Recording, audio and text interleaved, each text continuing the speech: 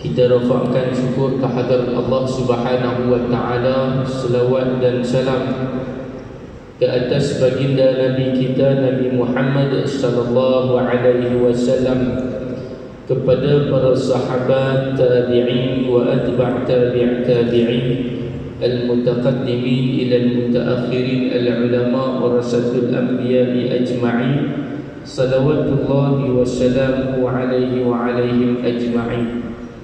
Yang berbahagia Tuan Pengurus dan Imam Bilal, ahli jawatan kuasa Masjid Bukit Indah, muslimin dan muslimat, hadirin dan hadirat yang dirahmati oleh Allah Subhanahu wa taala sekalian. Alhamdulillah, kita bersyukur kehadrat Allah Subhanahu wa taala kerana Allah Subhanahu wa taala masih lagi memberikan kesempatan untuk melangkah kaki kita, melangkah ke masjid, salat berjemaah. Kemudian Allah Subhanahu wa taala pinjamkan masa kita untuk sama-sama kita duduk dalam majlis ilmu, kita mendengar ayat-ayat Al-Quranul Karim, hadis baginda Nabi sallallahu alaihi wasallam. Mudah-mudahan dengan ayat-ayat firman Allah, sabda Nabi sallallahu alaihi wasallam akan menambah keimanan kita kepada Allah Subhanahu wa taala. Yang mana iman yang kita ada ini ditambah dan ditambah dengan amalnya, dan itulah yang menjadi bekalan kita apabila kita bertemu dengan Allah Subhanahu wa taala pada hari akhirat kelak. Muslimin dan muslimat, hadirin rahimakumullah, kita menyambung bacaan daripada matan Syekh Ibnu Athaillah As-Sakandari, ilmu berkaitan dengan tasawuf, iaitulah di mana tajuknya berkaitan berbunyi man asyraqat bidayah asyraqat nihayah, yang bermaksud barang siapa yang Allah Subhanahu wa taala muliakan, Allah taala berikan asyraqat, makna dia kemuliaan, Allah muliakan. Hari ini kemuliaan ini dilihat dengan jawatan, kemuliaan dilihat dengan harta benda, kemuliaan dilihat dengan material. Sebenarnya kemuliaan yang dimuliakan oleh Allah Subhanahu wa taala ini, kata ulama, adalah kemuliaan takwa. Dimuliakan seseorang itu apabila mereka memakai pakaian takwa. Wa libasut taqwa, libas, malabis, pakaian.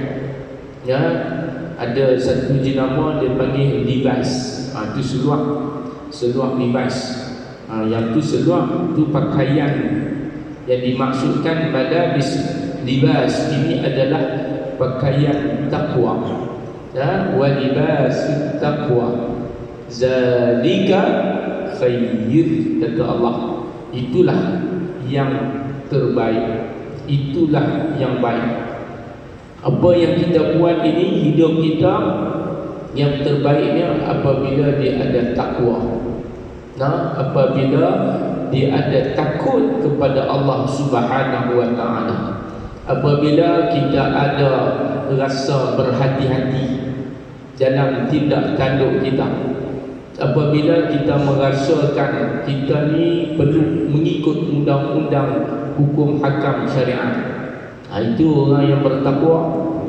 Jadi orang yang bertakwa ni dia sentiasa berhati-hati, berfikir sebelum dia nak bercakap, betul ke tak perkataan yang nak cakap tu, dia fikir dulu.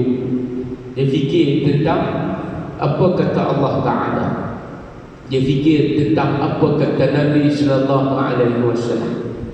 Apa yang dia tengok, dia fikir dulu apa yang dia tengok tu baik ke tidak. Dia duduk, apa yang dia fikir baik ke tidak. Ini adalah merupakan asas kepada rukun takwa.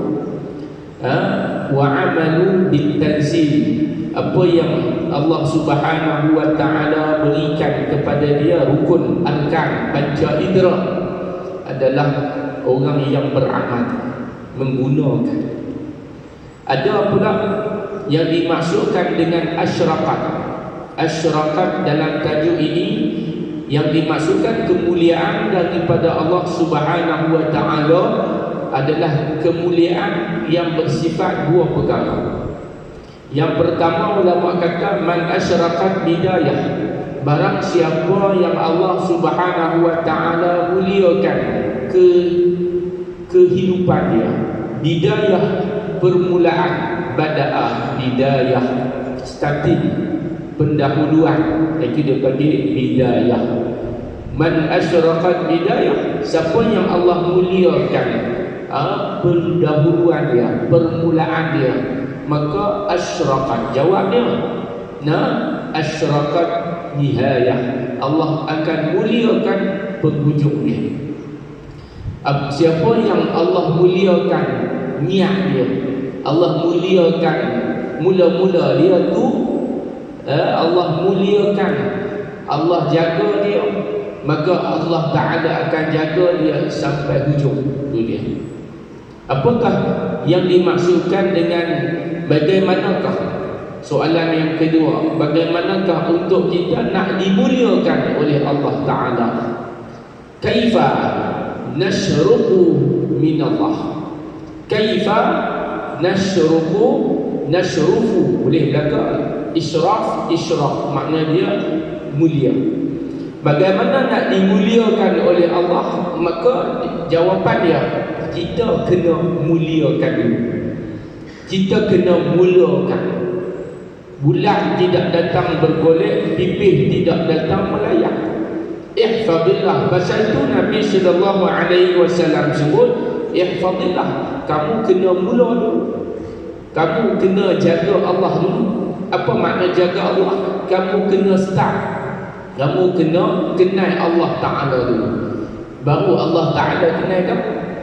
Kamu kena mula dulu melangkah ke masjid. Nah, tu dia.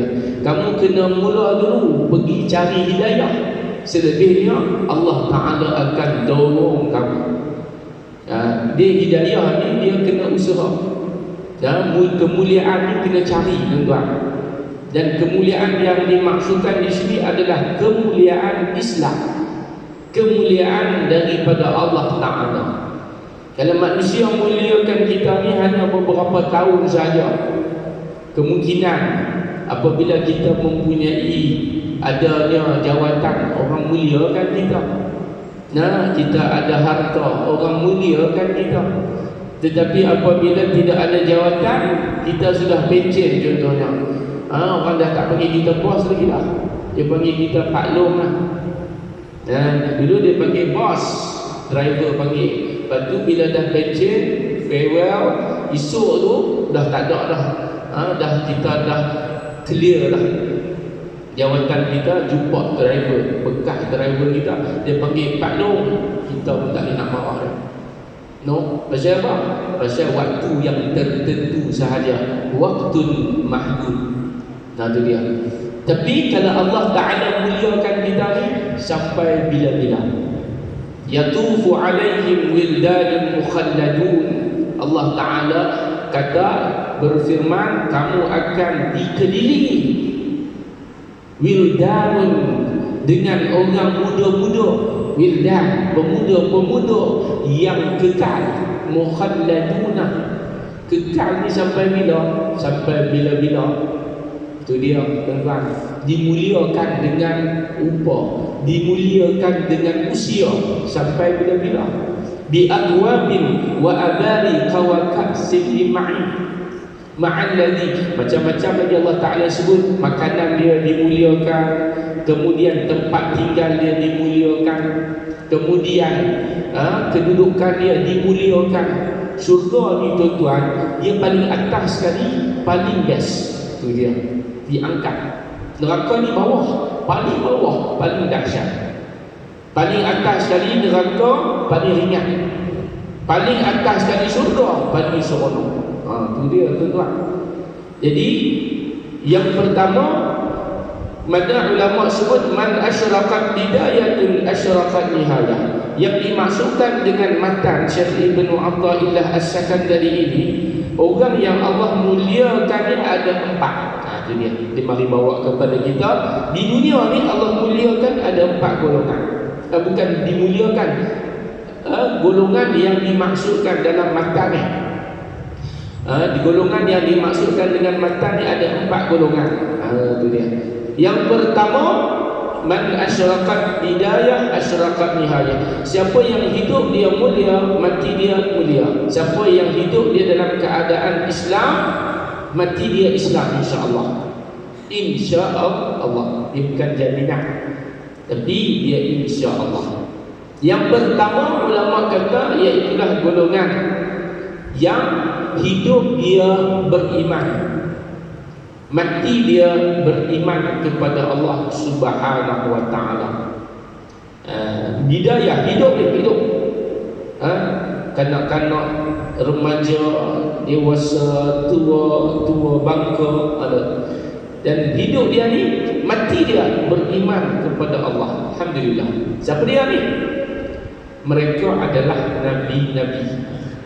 Golongan yang pertama ni, syarah dia nak bagi faham dia lagi siapa dia bergolongan yang ini ni ada 4 kata ulama. Yang pertama pecah lagi pula. Yang pertama nabi-nabi. Itu dia.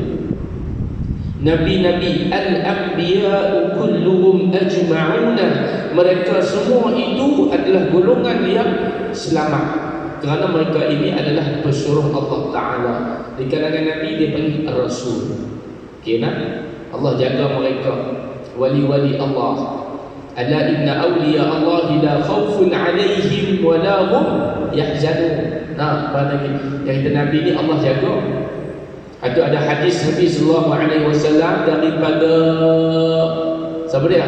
Daripada Zainab binti Jahsy. Zainab binti Jahsy ni isteri Nabi sallallahu alaihi wasallam. Dia dikenali sebagai Ummul Muslimin. Isteri Nabi ni dipanggil Ummul Mukminin, ibu bagi orang-orang yang beriman. Ibu bagi orang beriman ni isteri Nabi. Bapa bagi orang Islam ni Muhammad, Nabi kita Muhammad sallallahu alaihi wasallam. Tapi tuan-tuan, Nabi ni banyak Allah muliakan. Cerita pasal kemuliaan Nabi ni, ada Sayyid libni Adam. Kata Nabi, aku ni adalah ketua, penghulu bagi segala manusia. Lebih lagi daripada Nabi Adam. Kemuliaan Allah Ta'ala lagi baik. Kita nak cerita berkenaan dengan hadis ni. Sebelum nak masuk golongan yang Allah muliakan, 4 golongan. Yang pertama, golongan orang yang Allah muliakan, Nabi-Nabi. Kemudian Siddiqin. Yang ketiga, Syuhada. Yang keempat, Salihin. Satu hari Zainab binti Jahsy meriwayatkan bahawa Nabi sallallahu alaihi wasallam masuk ke rumah. Satu hari Nabi sallallahu alaihi wasallam masuk ke rumah dalam keadaan Nabi sallallahu alaihi wasallam menyebut kalimah la ilaha illallah dalam keadaan yang cemas. Nabi sebut la ilaha illallah, cemas. Ayat dia kalau cemas je ni, la ilaha illallah, macam tu lah lebih kurang. Binasa ataupun dengan maksud dia celakalah bagi bangsa Arab daripada kejahatan malapetaka yang hampir menimpa mereka di atas perbuatan mereka. Nabi masuk rumah dalam keadaan yang cemas. Nabi kata la ilaha illallah. Jadi Zainab ni benar. Pasal apa pula ni? Nabi kata bangsa Arab ini binasa, hampir kebinasaan menimpa mereka. Kerana apa? Kerana atas perbuatan maksiat. Pada hari ini Nabi mengisyaratkan jari telunjuk, kemudian seraya melakukan macam dengan bulatan. Jam bulatan tu Nabi kata pada hari ini kemudian Nabi buat isyarat. Dinding yang diperbuat daripada tembaga, besi daripada tembaga, yang dibina oleh Zulqarnain dan tentera-tentera dia hampir terbuka sikit demi sedikit. Terbuka dah tuan-tuan. Pada hari itu Nabi kata, pasal apa? Pasal ini tanda-tanda dekat dengan kiamat. Itu 1400 tahun yang lalu Nabi isyarat je tu.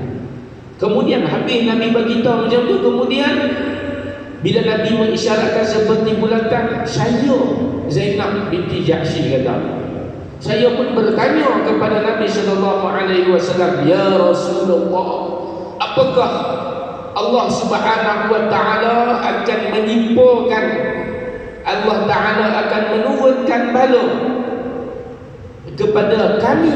Nampak dia tak guna perkataan kita. Kalau kita masuk sekali dengan Nabi. Zainab menggunakan perkataan kami. Kami ni makna dia tak termasuk Nabi. Pasal apa? Pasal kalau ada Nabi, ada Rasul, Allah Ta'ala tidak akan turunkan bala selagi mana ada Nabi. Berbeza dengan ulama. Kalau ada ulama, Allah Ta'ala akan turunkan bala walaupun ada orang alim ulama. Pasal apa? Ulama dia tak maksud macam dengan Nabi. Itu beza. Nah, ulama dia ada dua, ulama yang su dengan ulama yang husnul ulama. Ulama yang hasanah, ulama yang sayyi'ah.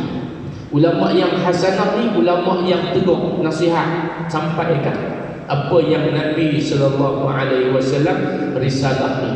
Ulama yang sayyi'ah, ulama yang buruk ni dia alim tapi dia bisu.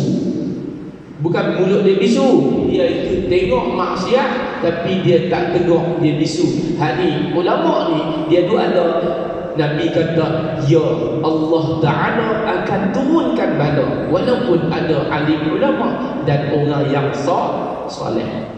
Itu dia tuan. Jadi makna dia apa? Makna dia kalau ada Nabi, Allah Ta'ala tidak akan turunkan bala. Pasal Nabi ni dia maksud. Aduh, Nabi Nuh bila dia naik bahtera, dia bina bahtera, naik bagi selamat, baru banjir turun. Lagi mana dia tak cecah kaki dia naik ke bahtera tu, lagi tu hujan tak turun. Tu Allah jaga Nabi. Nampak? Nah, Nabi Lut alaihi salam dia duduk atas bukit naik, barulah bumi terbalik. Tuan-tuan, tapi kalau ulama dia duduk ada, Allah terbalikkan dia.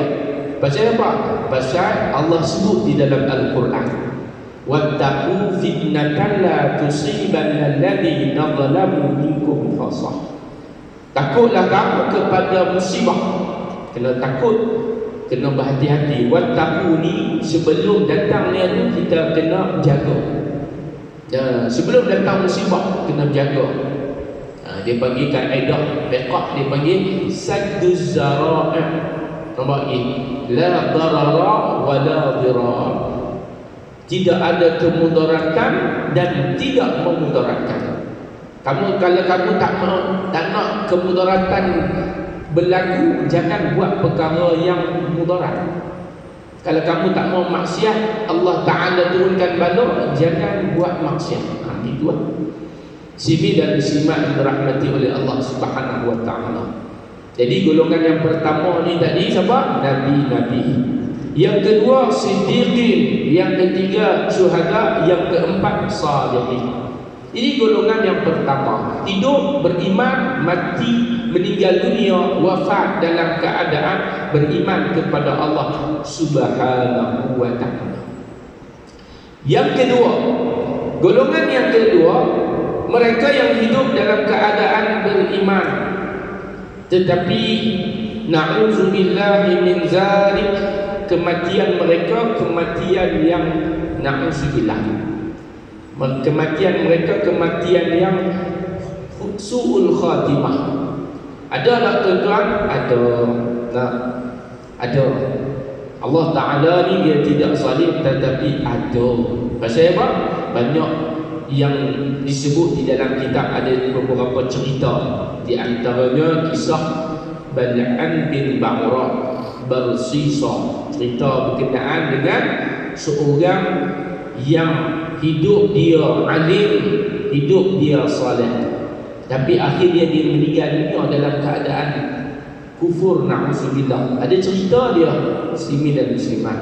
Apabila satu hari datang seorang tetamu ni, dia datang ke rumah hamba Allah ni tadi ni, Bal'am bin Ba'urah. Kemudian dia pun duduk sebagai tetamu selama 3 hari. Tuan-tuan, selama berapa hari? 3 hari. Yang kata tetamu ni, kita tetamu mari rumah 3 hari, bagi makan minum, bagi itu adalah sunnah Nabi SAW. Lebih daripada 3 hari, sedekah. Sedekah. Ada satu cerita bila mana waktu zaman Nabi SAW, kawan ni mari nak jadi apa, sebagai tetamu. Dia tak tanya sepatah apa pun, nama apa, masuk. Tu orang Arab ni dia memuliakan tetamu. Ikram, kan yukrim dhaifah, memuliakan tetangga, memuliakan tetamu. Nah, lagi kita mari tetamu mari rumah kita sejam. Lepas tu tanya, anak apa ni? Mak nak tuang ayam. Dia nak tanya nak apa lagi, tu makna nak suruh kambuh ya. Tak larat lah, tak simpan. Sebab tu dia kalau faham sunnah Nabi SAW, dia buang tak larat. Dia akan jadi apa? Redha. Pasal tetamu ni bawa rahmat. Tapi tetamu juga macam mana zaman sekarang ni? Tetamu yang kita sebut tetamu tu macam mana? Tetamu yang betul-betul tetamu, mana dia mari daripada jauh, dia hurai pula tetamu. Daripada kampung mari bandar, itu dia bagi tetamu. Imam Syafi'i kata dari bandar balik kampung tetamu. Imam Malik kata orang bandar kalau dia balik kampung dia bukan tetamu, pasal dia banyak duit. Dia banyak duit pasal dia boleh sewa hotel, dia boleh sewa homestay. Tapi orang kampung mari bandar dia kira tetamu, kata Imam Syafi'i rahimahullah taala. Itu dia. Pasal apa? Mengambil kira kemampuan. Jadi 3 hari 3 malam yang kata bersisa. Bal'am bin Ba'urah ni dia pun tetamu, dia bagi makan layan. Tetamu ni dia bagi makan, bagi tempat tidur, suruh bagi tidur, tak tidur tempat. Bagi makan, tak makan. Hebat lah. Semayang 24 jam semayang. Semayang. Lepas tu nampak duduk pegang tasbih dia berzikir. Tuan-tuan, sampai hari yang ketiga, tetamu ni pun dia pun nak balik. Dia kata aku nak balik dah. Dia belum nak balik tu, jadi syekh ni pun tanya lah, kamu nak balik, kamu daripada mana? Kamu daripada mana? Aku ni daripada jauh, kata dia. Dia tak abang lagi siapa dia. Macam mana kamu ibadat kamu ni, aku tengok Masya Allah hebat lah. Aku ni kira ilmu ni banyak, kata dia. Allah Ta'ala bagi alhamdulillah, bukan nak bangga, kata dia. Ibadat pun alhamdulillah lah, yang semampu yang boleh. Tapi aku juga berhenti makan, berhenti tidur rehat. Yang kamu ni tak berhenti makan, tak berhenti tidur. Macam mana kamu jadi macam ni? Diceritakan di dalam kitab. Lalu dia kata, aku jadi macam ni pasal dulu aku ni adalah kaki maksiat, kata dia. Aku ni dulu semua dosa aku buat, semua aku balut. Aku tibai belakang. Arak aku minum, perempuan aku berzina, aku bunuh orang. Tu dia. Tuan-tuan, rupa-rupa dia ni siapa dia? Dia ni iblis. Diceritakan di dalam kitab. Lalu dia tak mahu dari iblis. Dia kata, kalau nak jadi macam aku, Syekh, kamu kena buat bagaimana aku dulu pernah lalui, jalan-jalan macam tu. Lepas tu bila bangkit daripada kegagalan, bangkit daripada kemaksiatan, dia akan lagi bersungguh-sungguh ibadat kepada Allah Ta'ala. Dia ajar pula Syekh. Syekh ni kata, nak kena buat apa ni? Buat apa lagi? Sebagaimana yang aku sebut, kamu kena buat dosa. Buat dosa jangan sekali-kali buat. Jangan you try test. Dia pun kata, dia bagi option. Okey, yang pertama, kamu kena bunuh orang, qatalan nas, bunuh. Dia kata, aku tak bunuh orang. Semut pun aku tak pijak. Kan? Nak kata punya baiknya bukan nak bunuh orang, binatang pun aku tak bunuh. Macam mana aku nak bunuh orang ni? Masya-Allah. Baik, kalau mentang-mentang nak bunuh orang, kamu berzina. Subhanallah, apa yang kamu sebut ni? Berzina apa ni? Aku perempuan pun aku tak tengok. Subhanallah. Punya jaga pandangan terang, masya-Allah. Babilah kali buat macam mana? Ini kira ringan ada dalam kamu minum arak. Minum arak, hang tak mau bunuh, hang tak mau buat dosa berzina, hang minum arak, jadilah. Lepas tu hang taubat, kamu akan lebih daripada aku. Dia punya tip dia tu merapu kan. Kawan ni pun Syekh dia kata minum arak, minum arak ni pun dosa besar ni. Tuan-tuan, minum arak dosa besar. Masya-Allah. Tapi bila ni masuk keluar berita macam-macam, budak-budak pun minum arak lah. Cerita lah ni. Dia pun pergilah, dia kata betul, kalau betul macam ni aku ambil yang ni. Nampak tak kacau orang minum arak ni. Tapi minum arak ni dosa besar ni. Apa? Oleh kerana aku bukan tak apa, aku nak bertaubat, nak lagi buat amal ibadat. Rupanya tertipu dengan iblis. Dia pun pergi cari tempat minum arak. Bila tempat minum arak ni kebiasaannya dia akan ada perempuan. Dia akan ada waiters. Perempuan yang akan serve arak ni, tuan-tuan, baru kena lepas minum mabuk, lepas tu berzina. Masya-Allah. Subhanallah. Dia pun pergi order arak. Satu gelas minum, sedap, tambah lagi pula 1-2 gelas. Disebut di dalam kitab Al-Imam Qurtubi rahimahullahu ta'ala, apabila kehidupan seseorang itu, maka kematian dia akan begitu. Na'udzubillah. Pada satu hari ada seorang sahabat, ni diceritakan dalam kitab, mereka datang menziarahi suatu ketika mana sahabat ini dalam keadaan sakaratul maut. Tuan kitab Imam Qurtubi, rahsia kematian. Suatu mereka pergi ziarah dia waktu dia nyawa. Iza balaghatil hulqum wa antum hina izin tanzurun. Ketika mana nyawa duduk di halqum, ketika itu mereka pergi ziarah dia, mereka pun sebut, ajar dia kalimah la ilaha illallah, kalimah Allah subhanahu wa ta'ala, nama-nama Allah, kalimah iman. Kemudian mereka mendengar daripada sahabat ini, dia sebut tidak dan tidak. Dia kata tidak. Kemudian tidak beberapa kali. Dengan izin Allah subhanahu wa ta'ala, hamba Allah ni takdiri, dia sedar, Allah panjangkan usia dia. Lalu apa yang berlaku? Allah Ta'ala panjangkan usia dia. Kemudian mereka pun tanya dia, apa? Sebab apa kamu sebut tidak dan tidak ni tadi? Dia kata, aku disebut tidak dan tidak kerana ada dua yang menyerupai ayah dan ibu aku. Belah kanan mari, kemudian belah kiri mari, dua jelmaan, mari dua makhluk yang membisikkan kepada aku. Yang pertama belah kanan, rupa macam ayahku, dia kata, disebut dalam kitab. Kemudian mari rupa ayah, dia kata, aku ni ayah kamu, hang kenal tak anakku? Kemudian dia kata, nampak muka macam ayah. Dia tengok, dia tak jawab lah. Ni aku nak bagi tahu, aku nak ajak kamu ni, wahai anakku, kamu ucapkanlah kalimah ini. Kalimah apa? Agama kamu adalah agama ayah, agama kamu adalah agama Yahudi. Tadi cerita pasal hak minum arak tadi, dia syarah balik.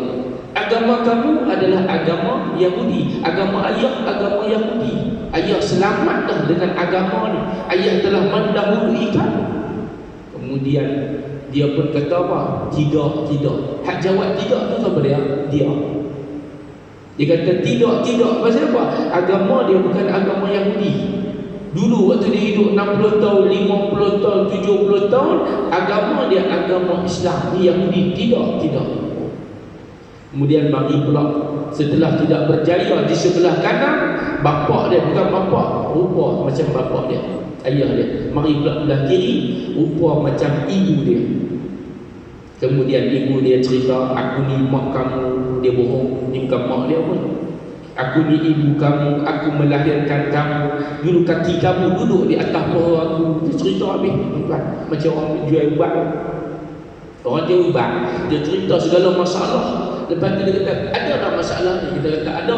Ni ubat dia, beli. Macam tu. Jadi dia cerita kasih sayang, perasaan, pengorbanan dia apa semua.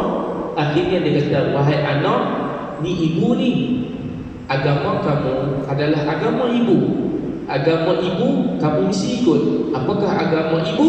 Agama ibu adalah agama Nasrani. Nasrani selamat ke susah? Susah. Yang selamat apa? Islam sahaja. Dia kata tidak. Itu dia cerita balik dekat sahabat-sahabat, kawan-kawan dia, sahabat-sahabat dia. Lalu marilah malaikat mengajarkan kepada dia, agama kamu adalah agama yang benar dan lurus, iaitulah agama Islam. Wa man yabtaghi ghairal islam dinan falan yuqbala min wa huwa fil akhirati minal khasirin. Siapa yang memilih agama, cara hidup si beratullah selain daripada agama Islam, pasti akan ditolak. Falan yuqbal, tidak akan diterima selama-lamanya. Lan tuan-tuan, ulama kata lan makna dia abadan abadah, forever ever, kata orang Jawa. InsyaAllah bantah balik cerita tadi ni. Poin yang kedua, ada orang yang ulama kata hidup dia beriman soleh, tapi mati dia dalam keadaan kafir. Na'udzubillah. Pasal itu kita kena istiqamah. Kemudian dia pun pergi kedai, pergi bar, order apa? Minta nak minum arak. Waiter perempuan ni hantar kepada dia, serve arak minum, mabuk tak sedar dah tuan-tuan, akal ni jadi kecut. Akhirnya dia pun berzina dengan perempuan. Lepas dia berzina dengan perempuan tu, dia sedang Allahu Akbar, aku ni dah duduk amal soleh, duduk sembahyang, tak berhenti zikir, baca Quran. Tiba-tiba aku buat benda ni pasal apa? Dia baru sedar, dia rasa malu. Kemudian dia bunuh perempuan tu, disebut dalam kitab. Ketika itu apa kata Allah Subhanahu wa taala? Allah masih memberikan kepada dia pintu taubat. Allah terima lagi kalau dia bertaubat kepada Allah Subhanahu wa taala. Wasari'u ila maghfiratin mir rabbikum wa jannatin 'arduha as-samawati wal ardh. Bagaimana yang disebut di dalam riwayat, ada orang 99 orang dia bunuh, masih terbuka pintu syurga bagi dia. Tu 99 orang. Kita ni tak bunuh seorang pun tuan-tuan, tapi dia duk rasa malas dah, putus asa nak ibadah. Apa cerita? Nak tak ni?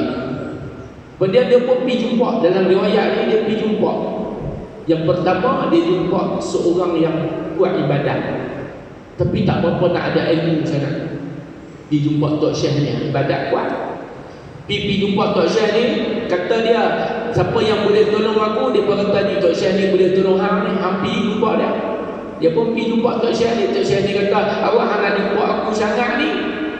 Tok Syekh, saya ni sudah melakukan dosa besar dan saya ingin bertaubat kepada Allah Ta'ala. Macam mana cara dia? Hang buat apa ni? Aku telah bunuh orang. Syekh tanya, hang bunuh siapa? Aku dah bunuh, tak ingat dah berapa, banyak berapa, 99 syakhsun ashkhas. Tu Syekh ni kata, hang balik ya. Pasal apa? Hang balik pasal hang nak taubat, dosa hang banyak sangat. Dia pun buka dia punya kocek dia, ada pisau, dia bunuh. Rupanya dia ni memang jenis bawa pisau di mana-mana. Dulu ada cerita dia panggil bentung kali. Dengar tak saudara? Dia tak bawa pisau, dia bawa pistol. Orang tegur dia pang tembak, pang tembak. Tu pun saya rasa tak sampai 99 orang. Tuan-tuan dirahmati oleh Allah Ta'ala, maka akhirnya cukup 100 orang dia bunuh. Pi jumpa, dia kata aku nak bertaubat, dosa aku banyak, aku dah bunuh orang, buat ibadat pula ni. Kemudian orang kata nak pergi jumpa orang yang betul-betul alim, hak ni dia pergi jumpa. Kemudian pilah jumpa seorang syekh ni.